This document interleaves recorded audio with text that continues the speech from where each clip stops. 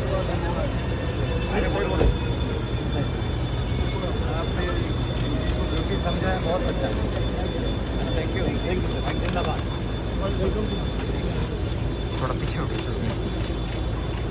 Welcome sir. अभी guest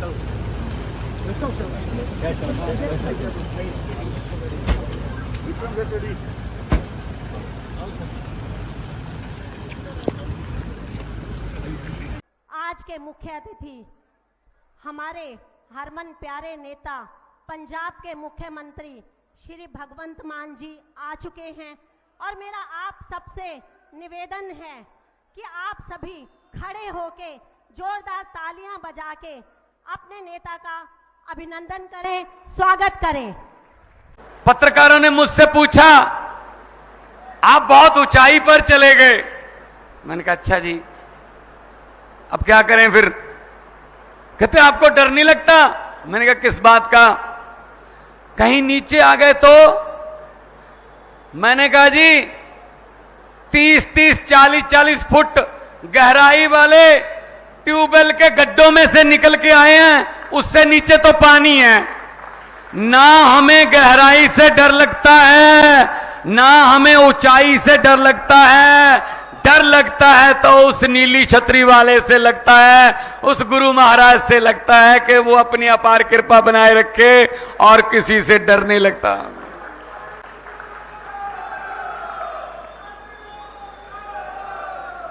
पचहत्तर साल हो गए देश को आजाद हुए।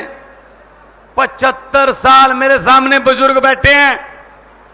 शायद वो कोई 5 साल का होगा उस समय, कोई 7-8 साल का होगा जब देश आजाद हुआ था। 75 साल हो गए जी। क्या मिला? इनको वोट देते देते थक गए। ये वोट मांगते मांगते नहीं थके। खा गए देश को। अपनी कई पीढ़ियों का माल इकट्ठा कर लिया। 75 साल हो गए। अमेरिका वाले मंगल ग्रह पे प्लाट काटने की सोच रहे हैं और हम अभी सीवरेज के ढक्कनों में घुसे हुए हैं। सीवरेज के ढक्कन नहीं पूरे हो रहे हमसे। ये आजादी दी हमने तो शहीदों की आत्मा भी तड़पती होगी कि इस काम के लिए शहीद आजम भगत सिंह, राजगुरु सुखदेव, मदन लाल ढींगरा, लाला लाजपत राय, चंद्रशेखर आजाद, अशफाकुल्ला, कितने शहीद हुए। 22-22, 23-23 साल की उम्र में फांसी के रस्से चूम लिए देश के लिए। लेकिन क्या मिला देश में? ये गरीबी, अनपढ़ता। ये देखो ये सीपीएल वालों का जो लड़के बैठे हैं, ये उनका मेरे पास सारा चिट्ठा पड़ा है। ये मिला है हमें आजादी में। ये मिला है। क्या भगत सिंह ने ये सोचा था कि मेरे आने वाला यूथ जिंदाबाद मुर्दाबाद करेगा? इन लड़कों की उम्र क्या जिंदाबाद मुर्दाबाद करने की है? इनकी जिम्मेदारी पे देश होना चाहिए। इन कंधों पर देश की जिम्मेदारी होनी चाहिए। लेकिन इनके कंधों पर सरकारी लाठीचार्ज के निशान हैं। शर्म आनी चाहिए नेताओं को। ये मेरे पास पड़ा है सीपीएल वालों। अच्छा, ये कंप्यूटर के टेस्ट लेते हैं, टीचर के टेस्ट लेते हैं, फायर ब्रिगेड के टेस्ट लेते हैं। ये सीपीएल वाले बता देंगे। साथी हैं मेरे, युवा साथी हैं। ये बता दो किसी नेता के बेटे ने ये पेपर दिया? किसी नेता का बेटा अपने बेरोजगार देखा? ना ना ना ना ना। उनके तो पैदा होते ही चेयरमैन, उनके बेटे बेटियां पैदा होते ही मंत्री, पैदा होते ही विधायक। ये धक्के खाने के लिए ये मेरे देश के नौजवान रखे हुए हैं जिंदाबाद मुर्दाबाद करने के लिए। शर्म आनी चाहिए इन लोगों को। 75 साल हो गए यार। कुछ तो कर देते, कुछ तो कर देते। और ये क्या मांग रहे हैं? हक मांग रहे हैं। कोई भीख थोड़ी मांग रहे हैं कि जी हमने पेपर दिया था। पहली बात तो शुक्र करो पेपर हो गया, वरना पेपर लीक हो जाता। पहले पेपर लीक उसके बाद क्या होता है? बच्चों की उम्मीदें खत्म। इनके बेटे बेटियां चेयरमैन, इनके नेताओं के बेटे बेटियां एमएलए, मंत्री।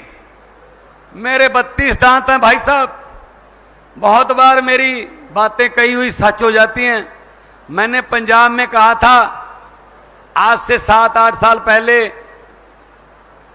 कि कांग्रेस, अकाली दल और भाजपा वालों के बेटे बेटियों को बोल दो, जो चेयरमैन मंत्री बन के लाल बत्ती वाली गाड़ियों में घूम रहे हैं, उनको बोल दो कि अपना बोरिया बिस्तरा गोल कर लें, क्योंकि आम लोगों के बेटे बेटियां आ रहे हैं। हरियाणा वालों, तुम भी बोल दो कि बोरिया बिस्तरा गोल कर लें, आम लोगों के बेटे बेटियां आ रहे हैं। एक गांव में भैंसें चोरी होने का सिलसिला शुरू हो गया। एक रात में 2 भैंसें चोरी हो गई। गांव वाले डर गए, यार बलदेव सिंह की 2 भैंसें चोरी हो गई। अगली रात एक भैंस और चोरी होगी। बोले यार सुरेश की एक और भैंस चोरी होगी कल रात। उससे अगली रात 2 भैंसें और चोरी होगी। बोले नरेश की 2 भैंसें चोरी हो गई। तो उस गांव वालों ने क्या किया, उस गांव के पास ही एक डेरा था, कोई साधु महात्मा रहता था, फकीर बंदा, रब का बंदा रहता था, बड़ी मान्यता थी उसकी। गांव वाले सब आले, आसपास के गांव वाले लोग मानते थे। उसके पास गए, बाबा जी, महात्मा जी बताइए क्या हो गया, गांव पर कोई शुक्र शनि का ग्रह आ गया, हमारी भैंसें चोरी होने लगी हैं, क्या उपाय है? उस साधु ने कहा एक ही उपाय है, 4 बंदे, गांव के 4 बंदे ले लेना, एक चद्दर ओढ़ लेना, वो चारों कोने पकड़ के 4 बंदे ऐसे चद्दर ओढ़ लेना और नीचे से गांव वालों को उस चद्दर के नीचे से निकाल लेना। जैसे ही भैंसों के चोर, जिन्होंने भैंसें चुराई हैं, वो चद्दर के नीचे से निकलेंगे, उनको दिल का दौरा पड़ जाएगा, वहीं पे मर जाएंगे। गांव में अनाउंसमेंट कर दी। 4 बंदे चद्दर ओढ़ के एक एक कोना पकड़ के खड़े हो गए। पूरे गांव के मर्दों को निकाला गया, कोई भी नहीं मरा। औरतों को उस चद्दर के नीचे से निकाला गया, महिलाओं में से भी कोई नहीं मरी। कहते चलो बच्चों को भी निकाल देते हैं। अब बच्चों को चद्दर के नीचे से निकाला गया, कोई भी नहीं मरा। पूरे गांव को चद्दर के नीचे से निकाल दिया, लेकिन कोई भी नहीं मरा। गोहाना वालों, पता क्यों? क्योंकि जो भैंसें चोरी करने वाले थे वो तो चद्दर पकड़ के खड़े थे। अरे मरेगा कौन? चोरों के पास तो चद्दर है। यही काम चल रहा है हमारे देश में अभी 75 साल से। चद्दर हमने चोरों में को पकड़ा रखी है और चोर अपने आप में से ढूंढ रहे हैं। इस बार हरियाणा वालों, अक्टूबर में अपनी हरियाणा की चद्दर ईमानदार बंदों को पकड़ा दो, आपकी सभी किस्म की चोरियां बंद हो जाएंगी, इस बात की गारंटी लेता हूं मैं।